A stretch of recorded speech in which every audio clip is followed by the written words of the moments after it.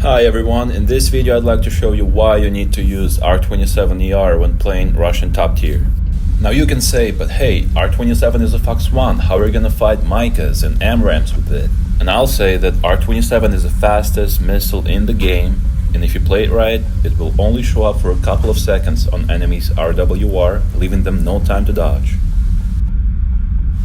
Now, the best use of this missile is at extremely long ranges because it kind of gives you time to see how the enemy reacts to your launch and also be aware of other enemies around you. Now let's see how it works. So I see an enemy F-18 flying somewhat towards me 50 kilometers away. I see that he is in range, so I'm gonna lock him with my plane's radar, launch the missile and immediately unlock.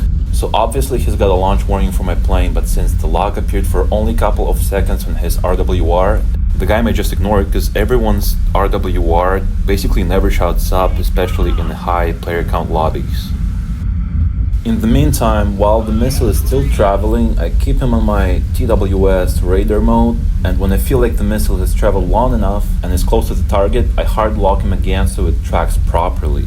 And of course, when I relock the enemy, he gets a new launch warning, but he doesn't know how close my missile is. He only sees my plane's lock, which is 25 kilometers away at this point, so he might feel safe enough to try and launch their missile at me instead of immediately defending.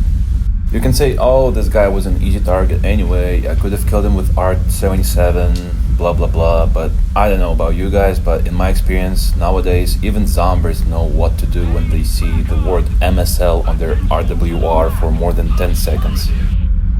Anyway, let's see how it works against a more competent enemy. Same thing, I hard lock, launch, immediately unlock, and kinda start cranking the guy, making him feel safe, or I don't know. He just keeps flying towards me, launching his missiles. Meanwhile, I relock. I start cranking the other way so that his missile has to travel longer distance. And yeah, second kill. And this tactic is especially useful when you're flying the 27SM because first of all, base R-77 is shit.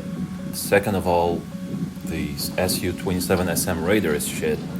So you want to keep the target hard locked more than you want to keep it soft locked so that the missile knows where it is. I'll add a couple more relocks in this video without commentary so you can watch and decide if this is something you want to use. But I mean, come on, you have 14 missiles. Just try something different. Anyways, thanks everyone for watching and I'll see you guys next time.